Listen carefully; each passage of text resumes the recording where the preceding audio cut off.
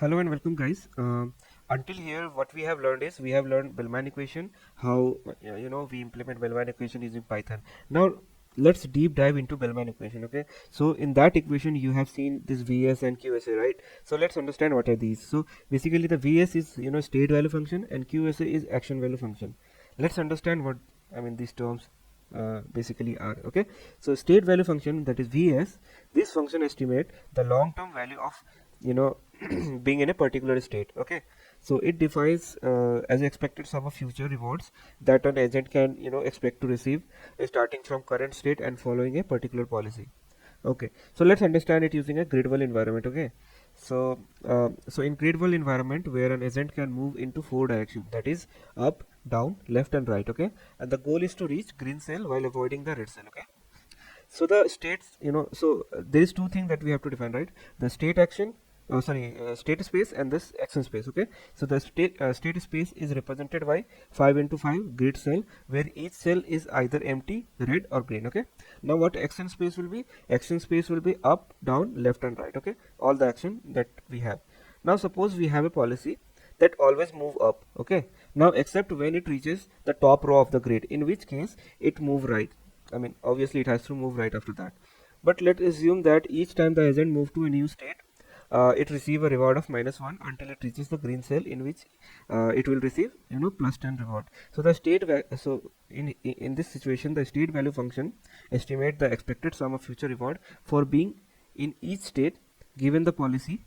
Okay, so for example, let's say we have VD, VG, VF. Okay, have already find it out the solution. Now let's say you want to go to VA state. Okay, let's say that is in here, VA state. So what you will do, you will do you will write VA equal to whatever the immediate reward is. Like, so in our case is -1, so it will it will be -1 into what is the into what is that reward from going from either D or F to A state. So you will get that value, suppose that is 1. Okay, so -1 into 1 plus your uh, gamma value. Okay, that is what will give you the reward for from going from D state or either F state to A state. Okay, so all the value that you see here, 1, -1, these are future expected rewards. Okay,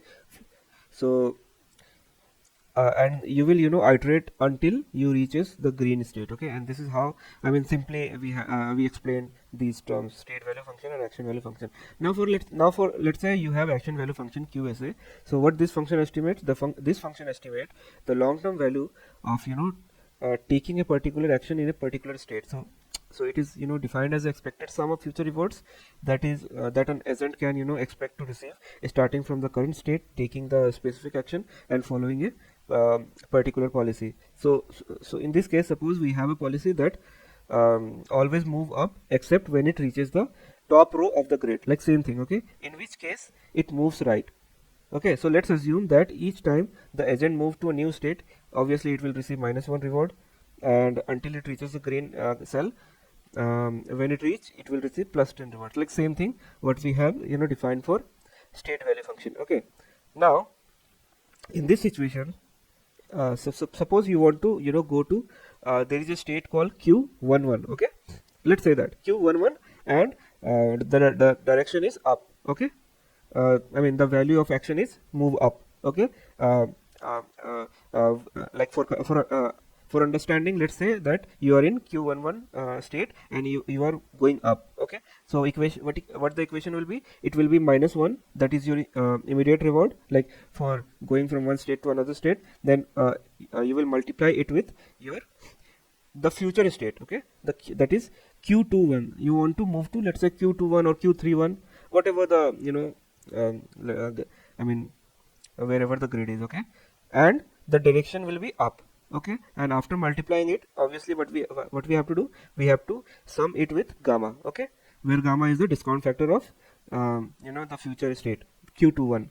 So basically it represents the expected sum of future reward from moving up from state to 1 given the policy. So we can similarly estimate the value of other action like this also, right? So then we can choose the action which have highest value to determine the optimal policy. So this way we basically look, I mean, action value function and state value function, and we have also seen in the example.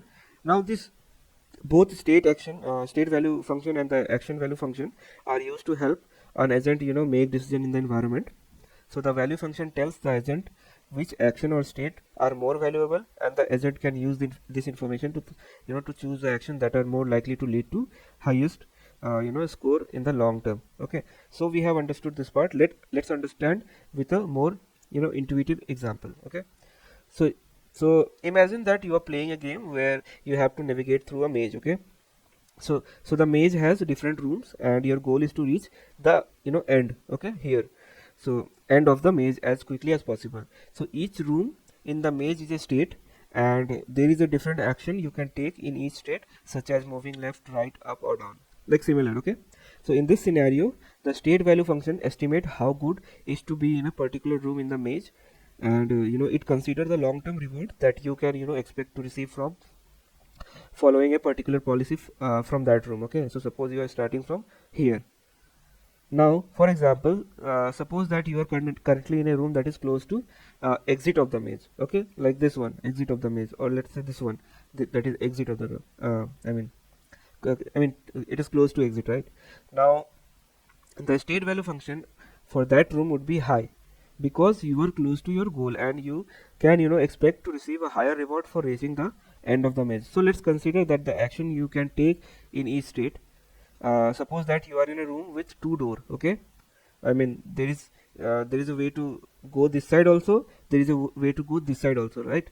Okay, so let's say we have two room, and you have to choose which door is, I mean obviously to go through. Okay, one of the door lead to dead end. Obviously you can see there is dead end, no, I mean we can't go anywhere from this.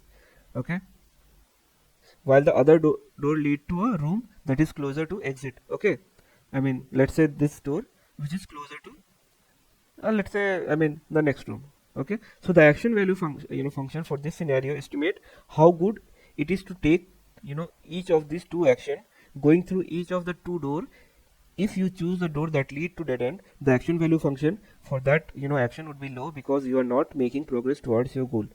On the other hand, if you choose the door that lead to a room that is closer to next room, the action value function, I mean for that action would be high, because you are making some progress toward your goal and you can expect to receive a higher reward in the long run. So in summary, what I want to tell is, so the state value function estimates how good it is to be in a particular state, and the action value function estimate how good is to be a is to take particular action in a particular state. Okay, by using these value functions, an agent can make better decision about the action to take in which state to achieve its goal. Okay, and this is how it is represented. So in the next video we'll see more practical examples, okay, to understand this function better, because this is very necessary to understand, because they are like a starters of RL. Okay.